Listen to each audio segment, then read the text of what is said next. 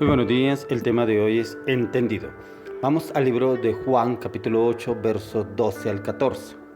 Otra vez Jesús les habló diciendo: yo soy la luz del mundo.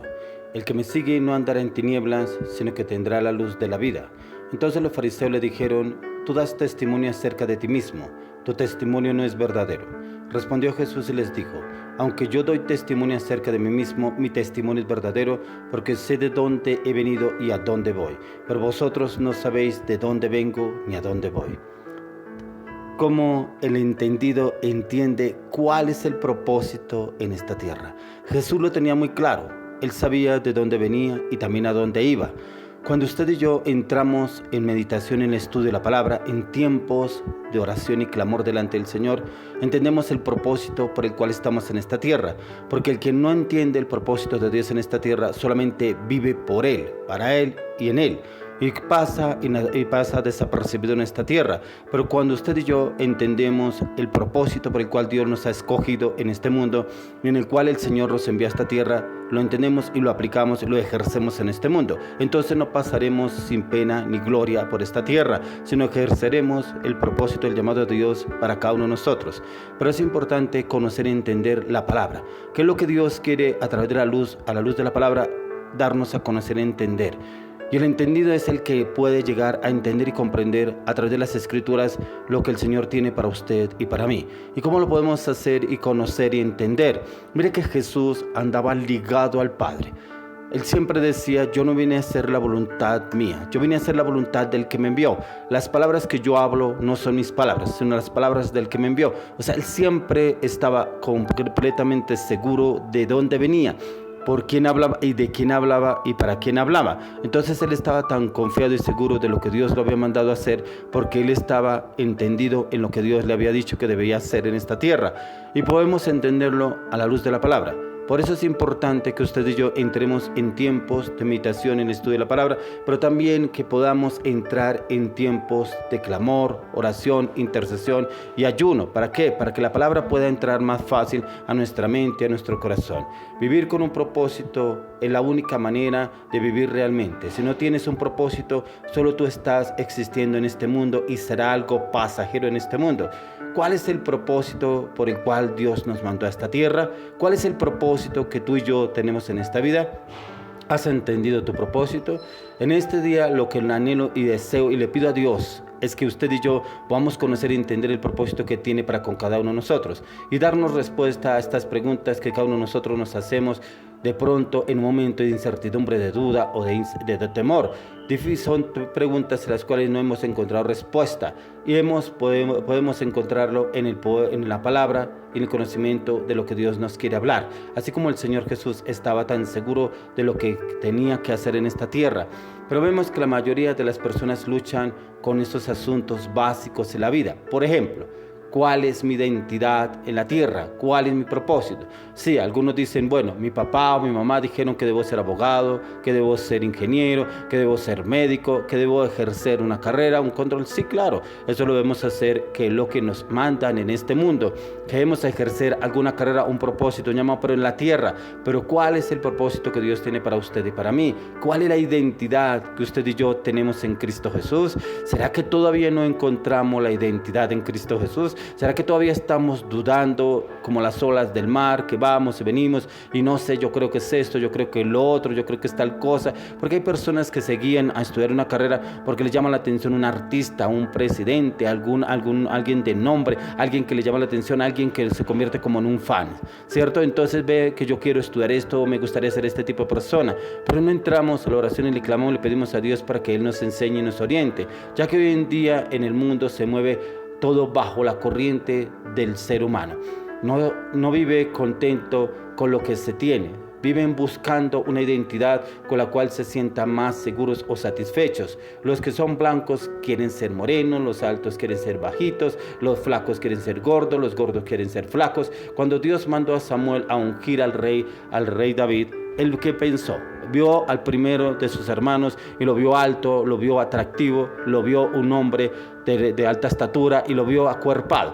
este es. Pero cuando el Señor viene y le dice, no mires a tu parecer, porque yo miro el corazón del hombre. Hay veces que usted y yo nos guiamos a nuestro parecer, lo que pensamos, lo que creemos, lo que vemos en nuestros ojos, lo que nos gusta a nuestro parecer, y escogemos y creemos que eso es. Pero no vamos a la oración y pedirle al Señor que nos dé confirmación, convicción y certeza de que sí es o no es. Mire cómo el profeta Samuel se equivocó, pero aún el Señor le habló para que no fuera a ungir a ninguno de sus hermanos, sino al rey David, al que el Señor ya había escogido de antemano.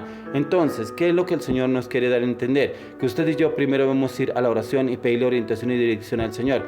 Así que como usted y yo nos preocupamos, debemos tener una identidad, pero nos preocupamos muchas veces por la identidad exterior, por agradarle a alguien, por vestir ropa de marca, por un cuerpo atlético, por un color de cabello, por una estatura, por una figura.